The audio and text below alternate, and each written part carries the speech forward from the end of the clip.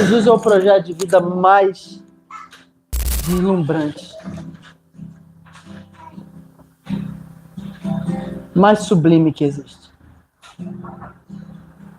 Não existe nada melhor que Jesus. Não existe nada melhor do que Jesus. Jesus é o caminho mais interessante. Jesus é o motivo mais nobre. Jesus é a mensagem mais transformadora. Jesus é tudo. Jesus é o início, Jesus é o meio, Jesus é o fim. Tudo acontece por causa dele, tudo acontece por meio dele, e tudo acontece também para ele. E aí você pode se perguntar, né? Se tudo acontece por meio dele, por causa dele, por meio dele e para ele, como é que tantas coisas parecem que acontecem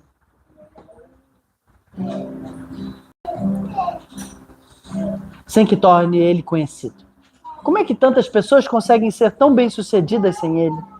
Como é que tantas pessoas conseguem realizar tantas coisas sem ele? Em João 15 diz assim que Jesus disse: sem mim, nada podeis fazer. Como é que Jesus pode dizer que sem ele você não pode fazer nada? E ainda assim, muitas vezes sem ele nós fazemos tantas coisas. Não é verdade? Nós fazemos tantas coisas sem ele, não é verdade? Sendo muito honesto, é verdade. Como é? É muito simples mesmo. É que tudo aquilo que é feito sem ele, que não seja feito para ele, e que não acontece por meio dele, Deus considera como nada. Sabe por que Deus considera como nada? Porque é vazio. O que são os 100 reais para o próprio Senhor? O que são 1.000 reais para o próprio Senhor? O que são 100.000 reais para aquele que é o próprio Criador? O que é 1 milhão? O que é um bairro? O que é um carro? O que é uma casa? O que é todas essas coisas que essa terra pode nos oferecer para aquele que é o próprio Alfa e o Ômega? O que são essas coisas? Eu quero dizer para você, essas coisas são nada. Tem um pastor, amigo meu, eu gosto muito da alegoria que ele faz, que é quando você olha para essa cadeira, você pensa que ela é concreto? Fica comigo aqui. Ela é concreto ou abstrato? Ela é concreta, não é verdade? Não é verdade? Mas quantos anos vai durar essa cadeira? 100 anos? 1.000 anos? 10.000 anos? 1 milhão de anos? 1 milhão de anos talvez não, né? 10.000 anos também, uma cadeira de madeira, possivelmente cupim vai afetar antes desse tempo. Não é verdade? Talvez nem 100 anos, se ela não for bem cuidada. A verdade é que a cadeira de madeira perece conforme o tempo vai passando. Então, a cada minuto que passa, ela perece um pouco mais. Porque ela está sendo decomposta nisso. Fica comigo aqui. Não deixa... Resiste isso.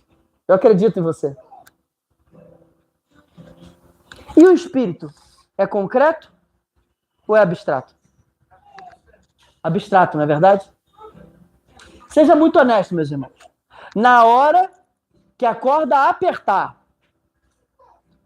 na hora que o calo doer, na hora que a água bater na bunda, na hora que a conta bater, na hora que a vida ficar tensa e nervosa, você vai correr para o que é abstrato ou para o que é concreto? Seja muito honesto. Você vai correr por aquilo que é concreto para você, irmão. Você vai correr para a cadeira. Vai correr para o trabalho. Você vai correr para o dinheiro. Você vai correr para os seus planos, projetos. Você vai correr para aquilo que você consegue tocar, palpar. O que você considera concreto é para isso que você vai correr. Porque é muito fácil a gente adorar Jesus enquanto está tudo uma maravilha. É muito fácil a gente adorar Jesus quando ele responde às nossas petições. É muito fácil adorar Jesus quando você sente aquele mover do Espírito dentro do teu ser. E aí vem aquele frisson, aquele calafrio e tem todo esse mover. É muito fácil adorar Jesus. Agora, no dia que não toca, no dia que a bênção não chega, no dia que o que você espera e você pede não acontece, posso ser muito honesto, irmão, você vai correr para aquilo que você considera concreto. Porque concreto está falando de fundamento, daquilo que é firme. O mundo tem facilidade, por exemplo, de entrar na praia e nadar um pouquinho, a não ser que tenha fobia de nadar. Mas não é comum, não é simples. Para você tem facilidade, você tem fobia de nadar? Tem? Tudo bem, acertei a pessoa errada. Mas você tem fobia de nadar? Não tem. Você entra no mar, você não consegue ir um pouquinho ali na água e voltar? Ou você entra na piscina, você tem facilidade de entrar na piscina? Nem isso, glória a Deus. Você não vai lá um pouquinho para dentro e volta? Se começar uma tempestade, você vai fazer o quê? Você vai mais para dentro do mar ou vai... Se você estiver lá, você tem desafio com isso. Você vai mais para dentro ou mais para a borda? Por quê, irmão? Sabe por quê?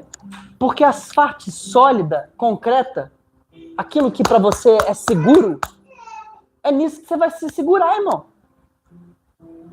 Só que infeliz é o homem que tem a sua segurança naquilo que aparentemente se vê. Se a nossa vida se resume somente nisso, que comamos e bebamos, irmãos.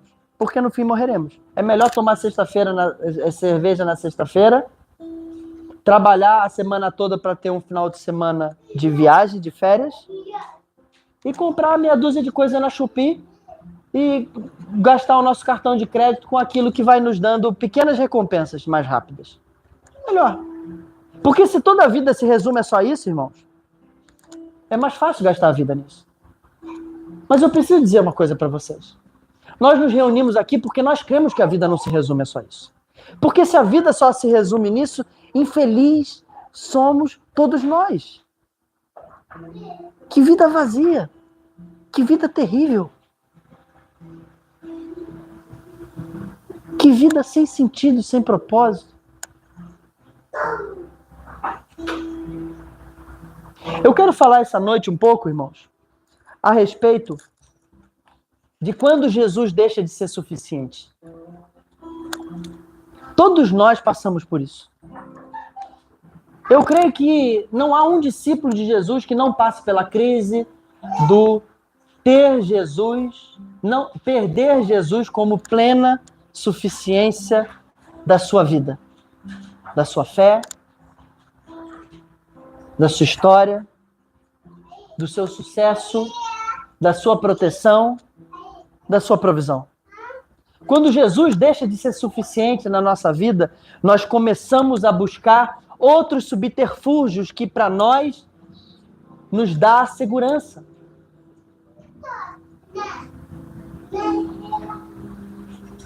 Tem um texto em Gálatas 1 que diz assim: estou muito surpreso em ver que vocês estão passando tão depressa daquele que os chamou na graça de Cristo para outro evangelho. Diga assim, outro evangelho.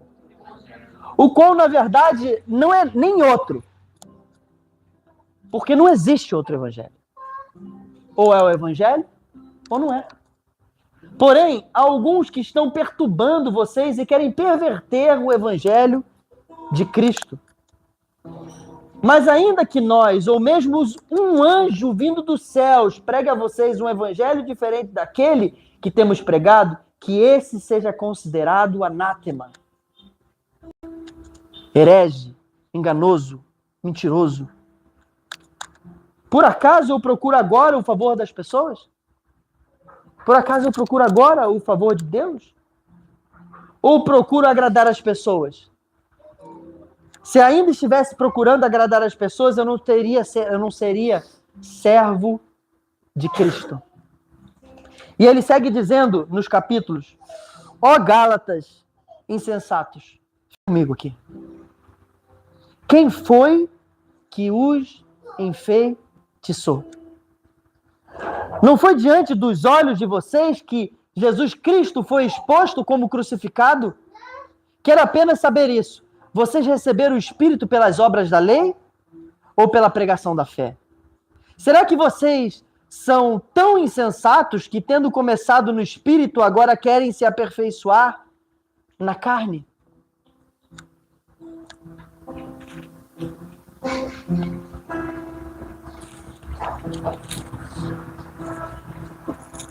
Em 2 Coríntios 11,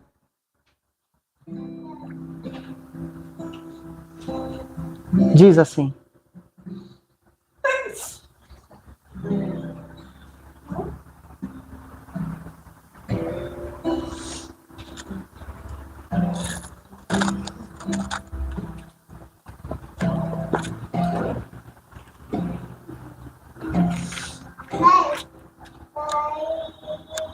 eu gostaria que vocês me suportassem um pouco mais na minha loucura. Esse é o apóstolo Paulo falando para todos nós.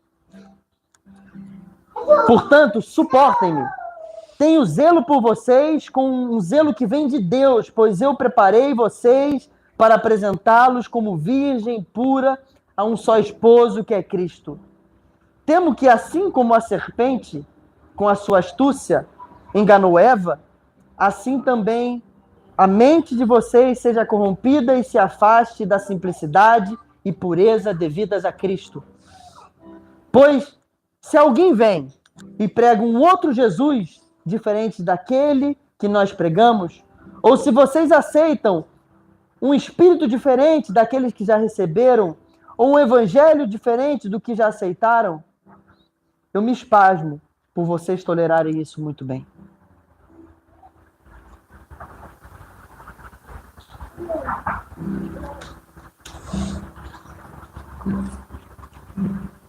Sabe, eu quero falar nessa noite, de forma pontual, a respeito da história de Lucas 27, Lucas 27 nem tem, Lucas 24, na estrada de Emaús, de alguns discípulos.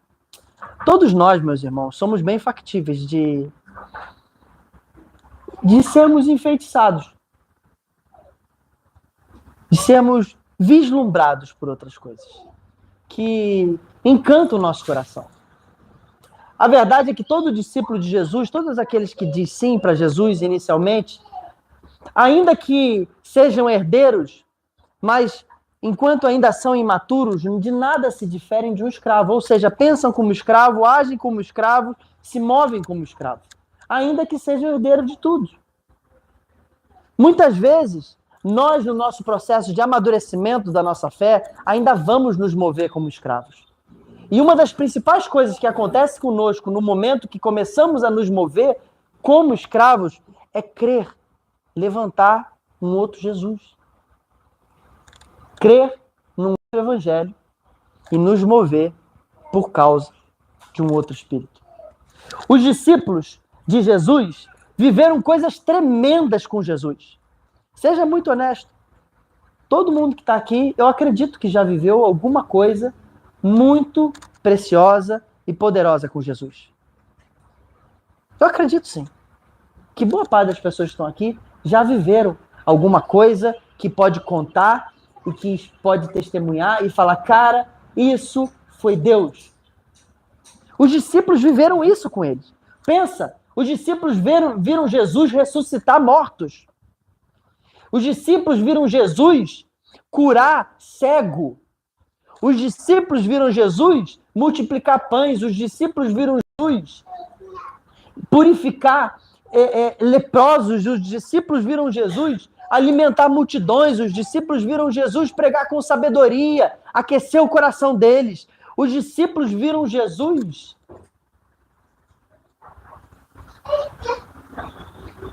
sangrar e ir para a cruz.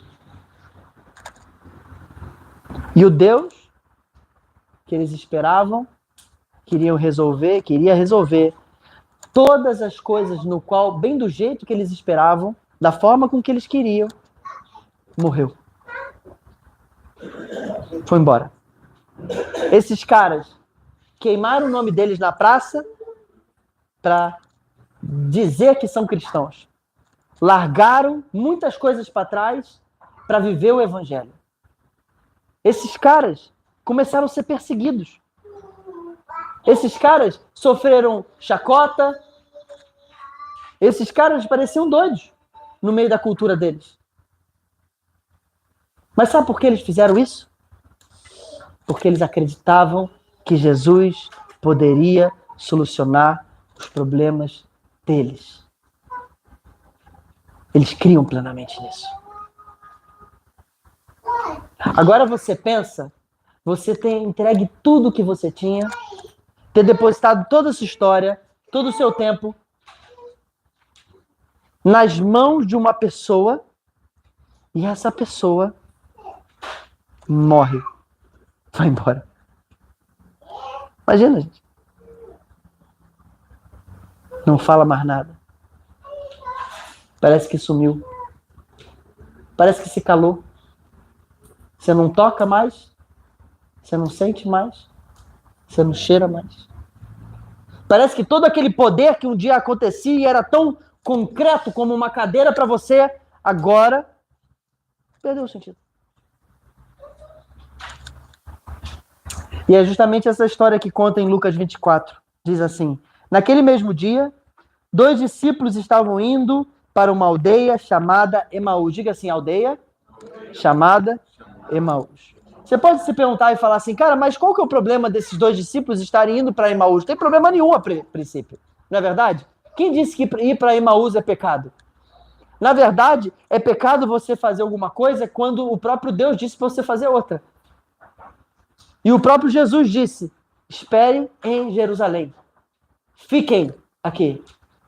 E esses discípulos, agora, porque viram o próprio Cristo morrer, viram o próprio mestre deles sumir, perderam todo o contato concreto com o próprio mestre, decidem por si só irem numa direção contrária daquilo que ele já havia dito. Ele disse, fique aqui, faça isso. Eles foram para outro lado. E eles não foram para qualquer lado. A Bíblia diz que eles foram para Emaús. Você sabe o que quer dizer a palavra Emaús, meus irmãos? Sabe o que quer dizer? Águas quentes. Águas termais. A gente não está falando da nossa época. A gente está falando da época deles. Irmãos, águas quentes era artigo de luxo. Águas termais, então, quase milagre. Ter água saindo da fonte quente a ponto de você tomar banho sem sentir o desconforto da água gelada.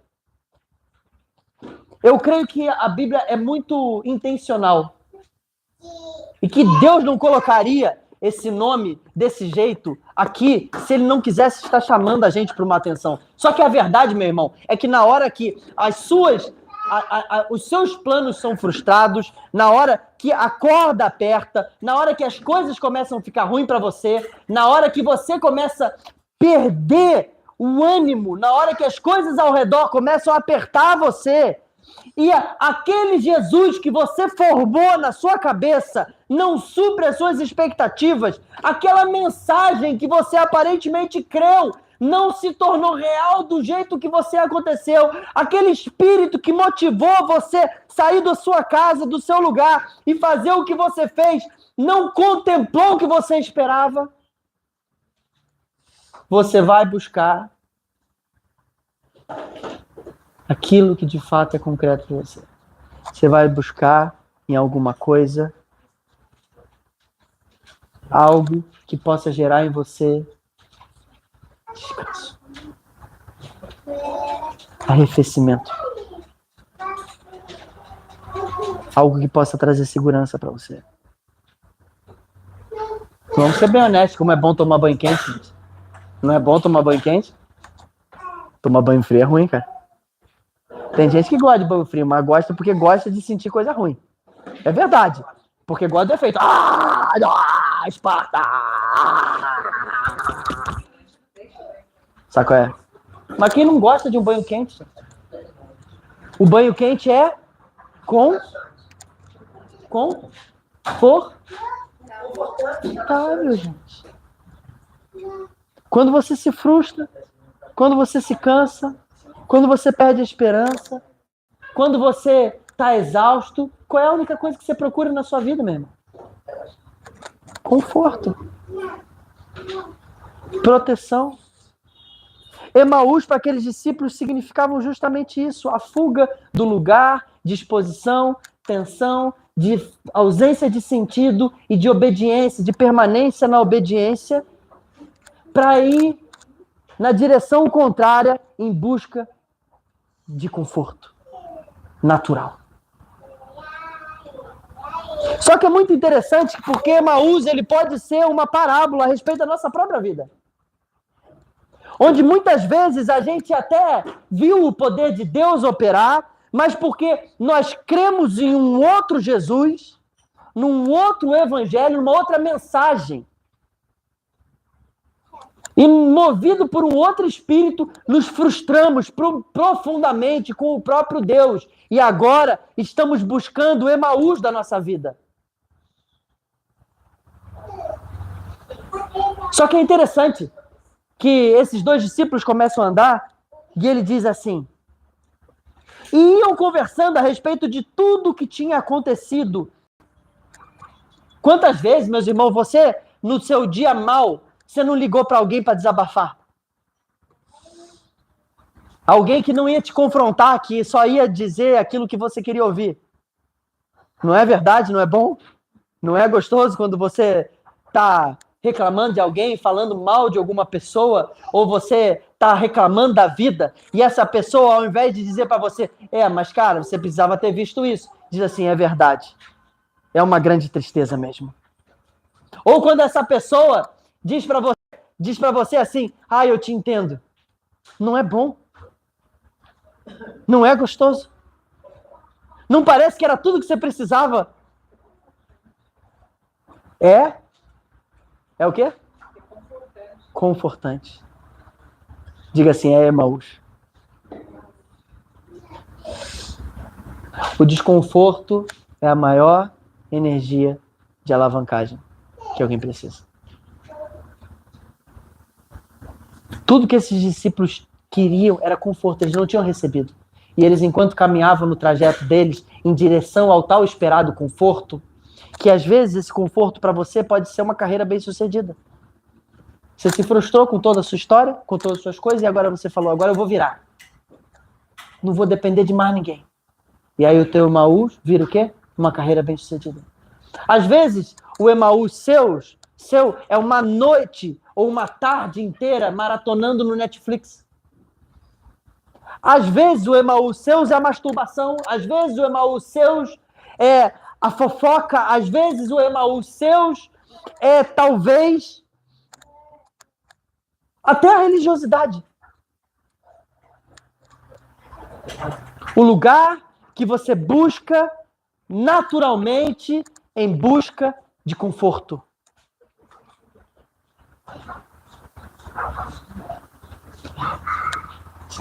Seja bem-vinda. Quantas vezes, frustrados, cansados, nós não buscamos um atalho na direção do nosso irmão? Não é verdade, irmão? Sim ou não?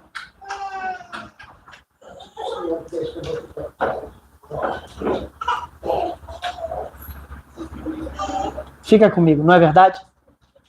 Só que tem uma coisa muito interessante nessa história. E eles iam conversando a respeito de tudo que havia acontecido. Você consegue imaginar essa conversa? Só um pouquinho, tia.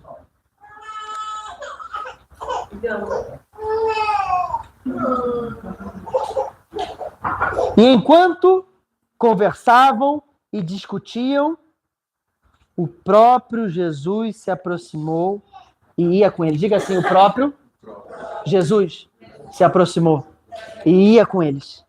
Para onde Jesus estava indo? Na direção de onde? De Emaús. Jesus estava indo na direção errada. Presta atenção, gente. Nem sempre que você vê Jesus indo para a direção errada significa que aquela deveria ser a direção que você está indo. Às vezes Jesus está indo na direção errada. Não, nem sempre que você vê Jesus ao seu lado significa que você está indo para a direção certa. Nem sempre que você ouve a voz de Deus, nem sempre que o teu coração arde, é confirmação de que você está indo para a orientação certa. Às vezes, Jesus está do seu lado simplesmente para te alcançar e te livrar lá no final da sua direção errada.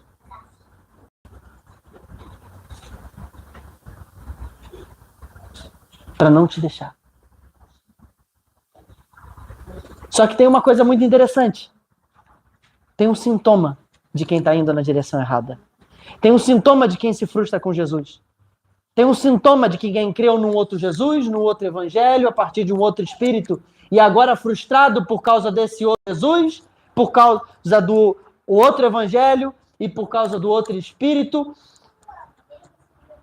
E agora, por isso, começa a buscar na sua vida o seu Emaús, o lugar de descanso, o lugar de conforto, o lugar de águas quentes, águas termais naturais. Há um termômetro, há um... Como é que é quando alguém está com uma doença e começa a ter há um sintoma? Olha o que ele diz assim. Porém, os olhos deles estavam como impedidos de o reconhecer.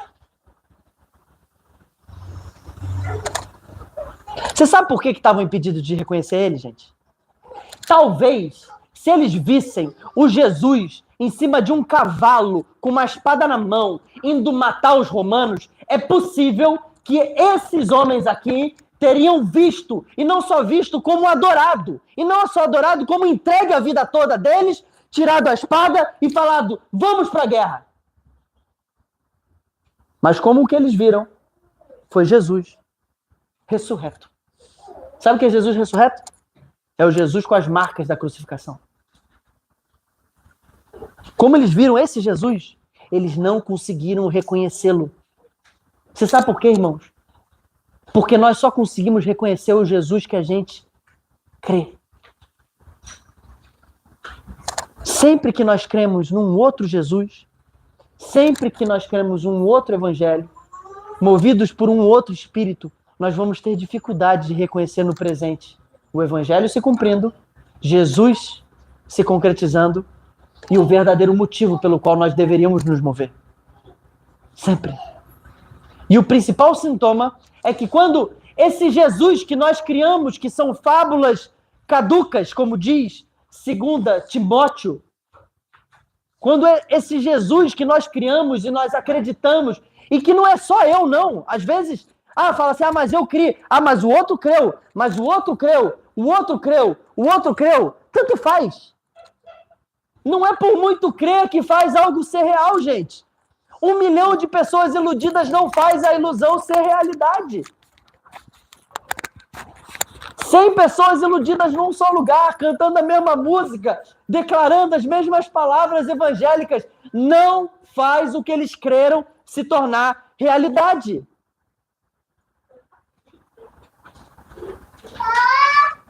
Agora, tem um momento que Jesus, para continuar sendo Jesus, continuar sendo Deus, ele vai precisar frustrar você. Sabe por quê? Porque se ele não frustrar, ele não vai para a cruz. Presta atenção no que está escrito em Mateus 16.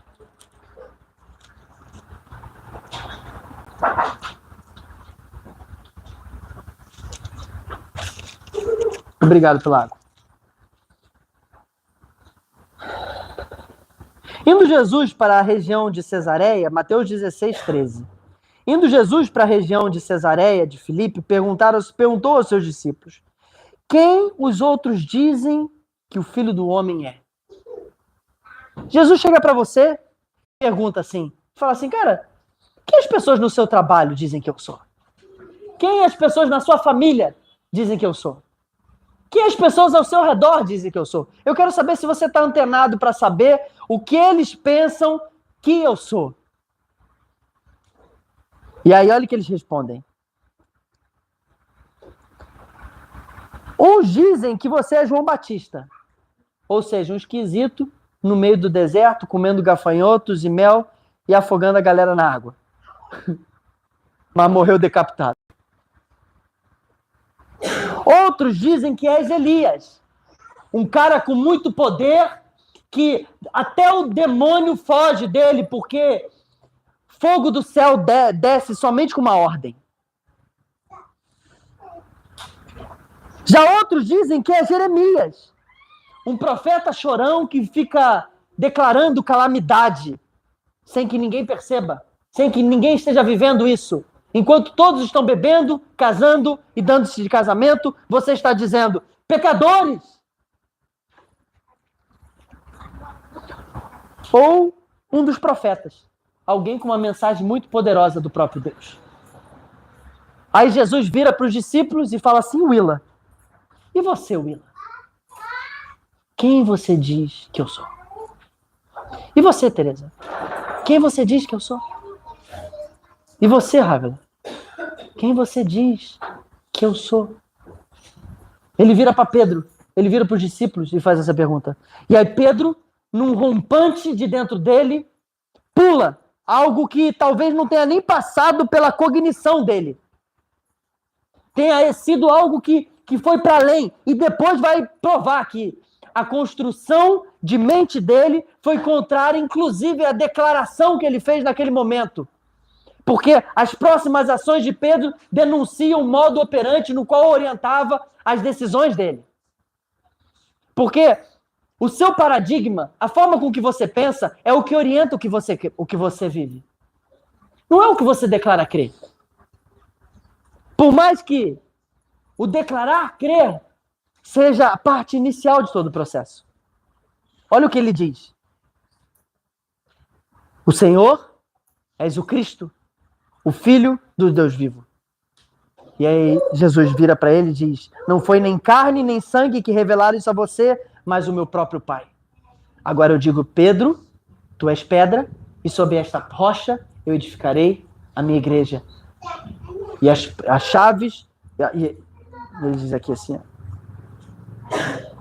e as portas do inferno não prevalecerão contra ela. Eu darei a vocês a chave do reino dos céus. O que você ligar na terra terá sido ligado nos céus, e o que você desligar na terra terá sido desligado no céu. Pensa, Pedro acertou em cheio exatamente a resposta que ele deveria dar. E aí o coração dele enche de coisa e ele fala, uau! Mudou até meu nome, cara. Agora a minha identidade foi revelada diante de todos. Olha quem eu sou. E eu tenho agora a chave do reino dos céus. E tudo que eu ligar na terra terá sido ligado no céu. E nem o inferno vai poder lutar contra mim mesmo. E aí Jesus vê ele repetindo todas essas coisas com a boca, crendo que o próprio Pai revelou isso a ele, decide compartilhar com ele o plano dele. O que Jesus fala logo em seguida para Pedro? Você lembra? Ele diz assim, desde esse tempo Jesus começou a mostrar aos seus discípulos que era necessário que ele fosse para Jerusalém, sofresse muitas coisas nas mãos dos anciãos e fosse morto no terceiro dia ressuscitando. Muito simples. Quem que eu sou para você, Marissa? Tu és o Cristo, o Filho do Deus vivo. Então vem cá, Marissa. Você diz que eu sou isso? Então eu vou te apresentar o que é o caminho que o Cristo vai ter que viver. Você sabe o que Pedro faz? Sabe o que Pedro faz? Olha o que Pedro faz. Então Pedro, chamando-o à parte, pensa, o cara acabou de ouvir do próprio Cristo, cara. Tu és Quefas, e sobre esta pedra eu edificarei a minha igreja. E as portas do inferno não prevalecerão contra você, Maressa. E as chaves do reino dos céus são dadas nas suas mãos. E o que você ligar na terra terá sido ligado no céu. E o que você desligar terá sido desligado. Agora Pedro com o peito estufado, achando que podia todas as coisas, achando que era o tal, mas ainda com a mentalidade de escravo, porque ele criou nele, acreditou num outro Cristo, num outro evangelho, movido por causa de um outro espírito, faz a declaração mais burra que alguém poderia dizer.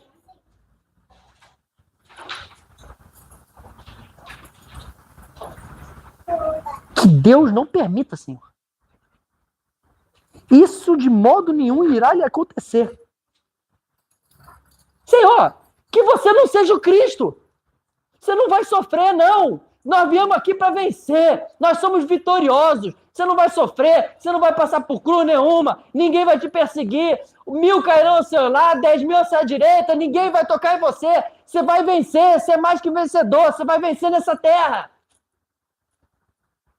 Você sabe que Jesus olha para esse aí? Que está achando tal, porque agora entendeu uma parte do evangelho? Você sabe o que Jesus diz para essa pessoa? Afasta-te de mim, Satanás. Você é para mim pedra de tropeço, que me tira do caminho, porque não leva em consideração as coisas de Deus, e sim a dos homens. Em resumo, sabe o que ele está falando? Ele está falando assim: Pedro, muito bem, você entendeu, teve revelação a respeito de quem eu sou, só que você não tem revelação a respeito de quem você é e a respeito do verdadeiro propósito das coisas. Pedro, quando você pensa, você ainda pensa como escravo. E como escravo você age como Satanás. Sinistro, né? E tinha acabado de ouvir Jesus. Jesus já havia acabado de falar para ele quem ele era. O coração ardeu, queimou, pulou para fora dele. Pulou tanto que ele teve ousadia para confrontar o próprio mestre. Mas ele se parece Satanás.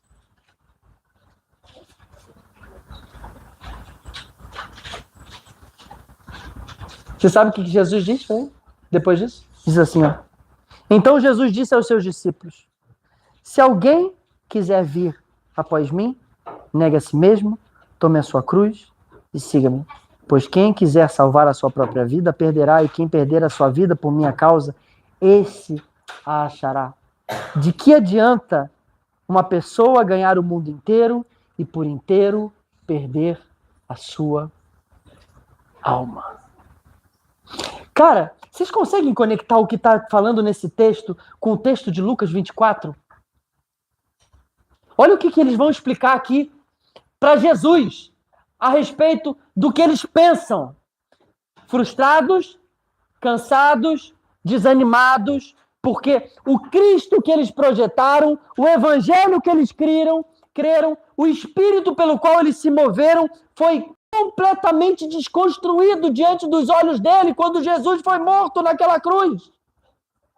Agora, porque eles tinham perdido tudo, eles decidiram andar na direção contrária, na direção de Emaús. Emaús significa o lugar de águas quentes, o lugar do conforto. Eles foram buscar conforto por causa da frustração deles. Eles foram buscar o quentinho por causa da frustração deles. Eles foram buscar o que para eles representava segurança. Um lugar bem longe de onde Jesus mandou eles ficarem. Só que eles não esperavam que o próprio Jesus iria na direção contrária para caminhar ao lado deles. E os olhos deles estavam tão embriagados por causa de um outro Jesus, um outro evangelho e um outro espírito que nem o próprio Deus aparente, ressurreto, caminhando ao lado deles, fez com que eles pudessem ter as vendas dos olhos abertas para perceber que eles estavam diante do próprio Deus. Olha o que a história conta. Os olhos deles estavam como que impedidos de reconhecer, então eles perguntou: o que é que vocês estão discutindo pelo caminho? Jesus pergunta: vem cá, Rávila, o que é que você está aí discutindo com o seu marido Daniel? O que você está aí de chamada aí? Fala aí, Marissa. Eu percebi que você ficou até madrugada aí, batendo papo, cara. O que foi aí, cara? Que você tava aí frustrada, chorando? Hein, Tereza? O que foi aí? Que você tava desanimada aí? Eu percebi você numa conversa aí. O que aconteceu, Willa? Que decidiu ficar andando aí, conversando esse papo, resmungando. Eu percebi na sua face que você tá meio desanimada. O que aconteceu, Willa? Aí, os discípulos olham para ele e dizem assim: eles pararam entristecidos, um porém chamado Cleópas respondeu: Será que você é o único que esteve em Jerusalém e não sabe o que aconteceu lá nesses últimos dias?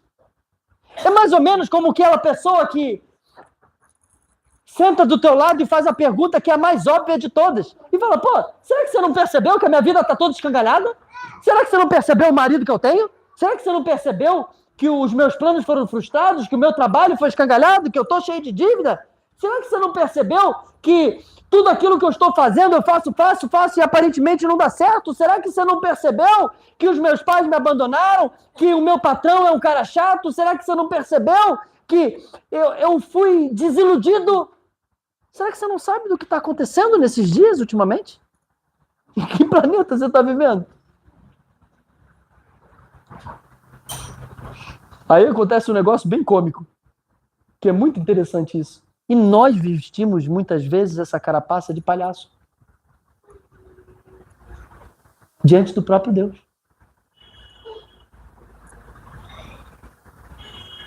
E ele lhes perguntou, o que se trata? Jesus pergunta, fale mais, conta mais sobre a sua história, irmã. O que está acontecendo lá na sua intimidade, no seu trabalho, no seu dia a dia? Fala aí para mim o que está acontecendo nesses dias.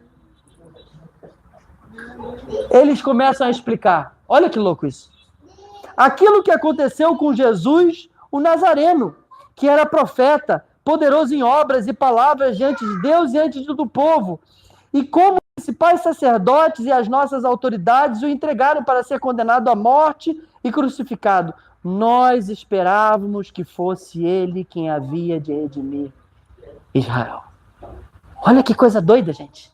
São os discípulos frustrados, iludidos, agora com os olhos perdidos, porque face a face com o próprio Jesus não conseguiam reconhecer, porque o Jesus que eles criaram na cabeça deles não era aqueles que eles estavam vendo, nem em imagem, nem em obras e nem em espírito, não tinha nada a ver com o que eles tinham criado, a ponto de que ao olhar não percebiam que era face a face com o próprio Deus que eles estavam, e eles não só não perceberam, como agora vão explicar Jesus para o próprio Jesus. Você percebe como é que eles explicam Jesus para o próprio Jesus? Um profeta, um homem de grandes obras, que nós acreditávamos que iria redimir Israel. Mas ele morreu. Você percebe em Mateus 16 quem os outros diziam que Jesus era? Quem o mundo dizia que Jesus era? Ele é um profeta. Alguém de muito poder. Alguém de muitas obras. Que talvez faz alguma alteração nessa história. Mas certamente não era o próprio Deus, porque se fosse, a minha vida não estaria assim. Se fosse, a minha história não estaria escangalhada. Se fosse, Israel estaria liberto. A minha história estaria liberta, estaria diferente. E aí a Bíblia diz que Jesus então começa a explicar para eles todos os profetas desde o início. Começa a explicar ele mesmo desde o início de todas as escrituras. Você sabe qual é a parada mais interessante que acontece nisso tudo? Você sabe o que é, Willa, que acontece? Que Jesus, pensa, Jesus. Quando você pensa, Jesus é Deus, não é verdade? Eu sou um pregador. Às vezes sou bom, às vezes sou mau. Agora Jesus, pensa, é o melhor de todos os pregadores que pode ter existido em toda a terra, não é verdade? Você não acha? Fala assim, ó, Jesus é o melhor pastor, não é verdade? Jesus é o melhor pregador, não é verdade? Jesus é o melhor evangelista. Jesus é o melhor mestre. Jesus é o melhor em todas as coisas. Ele é o concurso, como minha avó dizia. Ele é o melhor de todos. Pensa o próprio Jesus pregando o evangelho para aqueles discípulos, explicando todas as escrituras, do início até os dias no qual eles viviam. E você sabe o que aconteceu com eles, meu irmão? Enquanto Jesus falava? Sabe o que aconteceu com eles?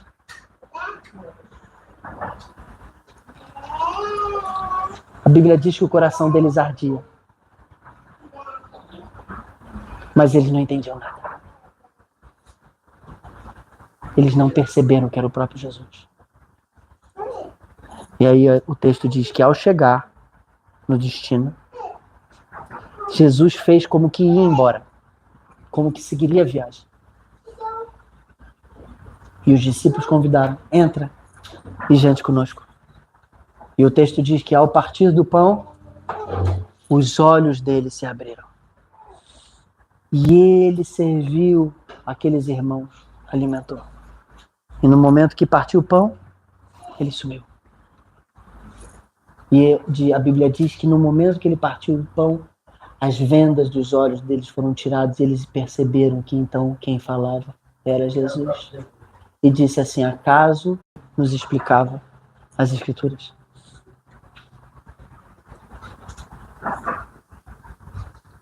Os olhos deles abriram. E o texto vai dizer que eles voltaram para Jerusalém. E quando eles se encontraram com todos os outros discípulos que esperavam lá, o próprio Cristo apareceu de novo com eles lá. E deu provas que ele era real. Meus irmãos,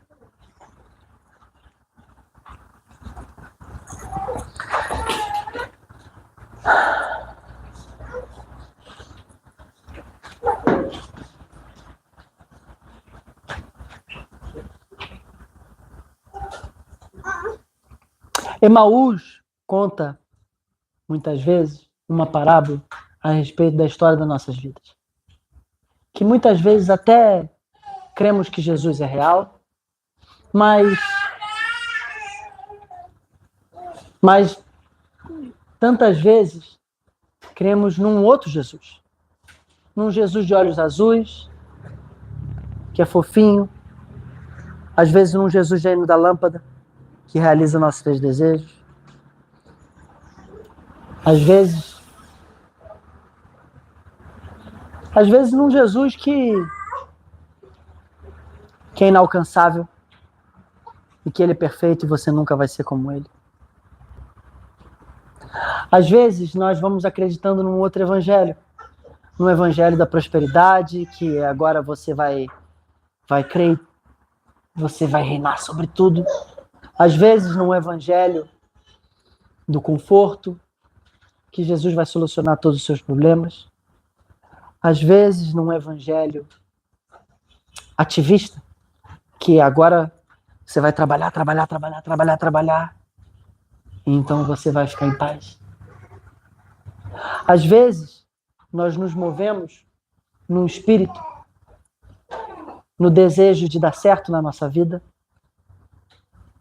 no desejo de não sofrer a dor, o problema, a luta. Às vezes a gente se move até para que outros possam ter vida, aos nossos próximos.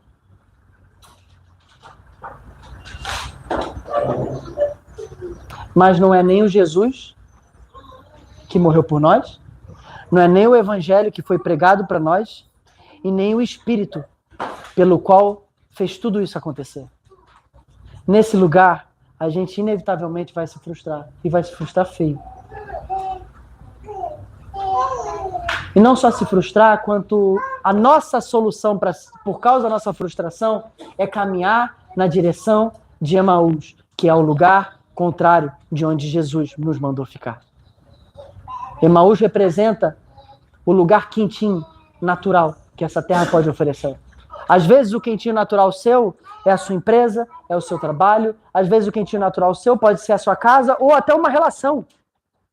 Que tem uma coisa muito interessante, eu estava conversando com a Agatha esses dias, né? A gente tem feito uns testes nas respostas em AI, e as respostas em AI, os conselheiros AI, né?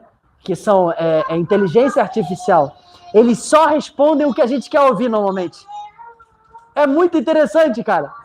E eles são bons nisso, cara. Eu me sinto até encorajado por eles. É poderoso. Só que eles nos mantêm aprisionados no mesmo lugar. Às vezes, por causa desse outro Jesus, desse outro evangelho e desse outro espírito, os nossos olhos se tornam impedidos de perceber a mão do próprio Deus agindo hoje. E não só impedidos de perceber o próprio Deus, como também a gente começa a caminhar na direção contrária de onde ele nos chamou para viver. Só que tem uma graça nisso tudo. Emaús representa a história da nossa vida. Que muitas vezes, ainda que caminhando na direção errada, com o coração errado, a motivação errada, crendo nas coisas erradas, o próprio Jesus decide trilhar esse mesmo caminho ao nosso lado. Para nos explicar as Escrituras.